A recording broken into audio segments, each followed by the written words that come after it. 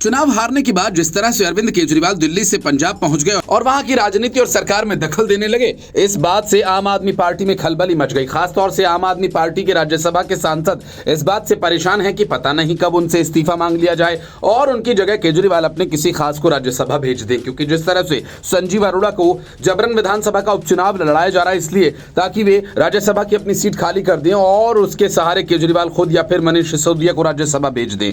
पंजाब में केजरीवाल की इसी तिकड़म वाली सियासत को देखते हुए आम आदमी पार्टी के सांसद ने मोदी सरकार की तारीफों के पुल बांधकर अपने इरादों से साफ संकेत दे दिए।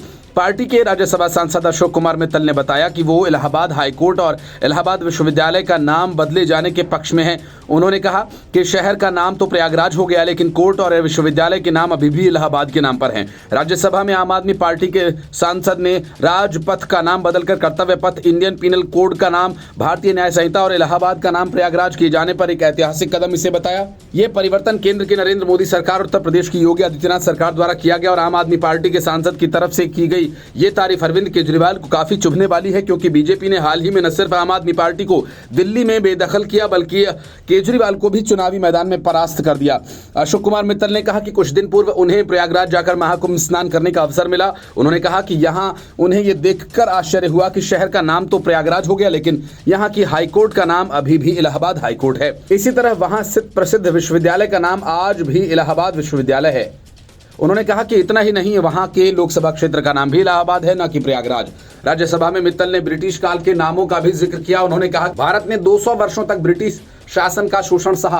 राजनीतिक स्वतंत्रता के 70 साल बाद हमारे हाईकोर्ट, हमारे अस्पताल, हमारे विश्वविद्यालय और कई ऐतिहासिक इमारतें ब्रिटिश नामों पर हैं। उन्होंने राजपथ का नाम कर्तव्य पथ करने पर, इंडियन पीनल कोड को भारतीय न्याय संहिता और इलाहाबाद का नाम प्रयागराज करने पर इसे ऐतिहासिक कदम बताया। कहा कि राष्ट्रवादी सोच का परिचय है ये, लेकिन इसके साथ ही उन्होंने प्रश्न किया कि क्या इतना कर देना काफी है। मित्तल ने कहा कि आज भी हमारे कई हाईकोर्ट जैसे Mumbai high court, Madras high court, Kolkata high court British काल के नाम से ही चले आ रहे हैं और उसी नाम को ढो रहे हैं। उन्होंने कहा कि lady Hardinge medical college, Minto road, Hailey road, Chelmsford road British नामों को दर्शाते हैं। उन्होंने कहा कि दिल्ली में लेफ्टिनेंट एडवर्ड्स की कब्र है और 1857 की क्रांति में भारतीयों को बुरी तरह से कुचला था। उन्होंने कहा कि ऐसे लोगों की समाधियों को संरक्षित करने के लिए हम जनता का पैसा खर्च कर रहे हैं। उन्होंने कहा कि कुछ राज्यों में भी इस प्रकार के मुद्दे हैं, इसके लिए वह राज्यों के मुख्यमंत्री को अलग से पत्र लिखेंगे। उन्होंने उदाहरण देते हुए बताया कि जैसे कि पश्चिम बंगाल में कलकत्ता यूनिवर्सिटी और तमिलनाडु में मद्रास यूनिवर्सिटी है, ऐसे भी कई स्थान हैं जिसके लिए वह इन राज्यों के मुख्यमंत्री को पत्र लिखकर निवेदन करेंगे। उन्होंने कहा कि एक संसदीय समिति बनाई जाए जो ब्रिटिश नामों वाले संस्थाओं की पहचान करे।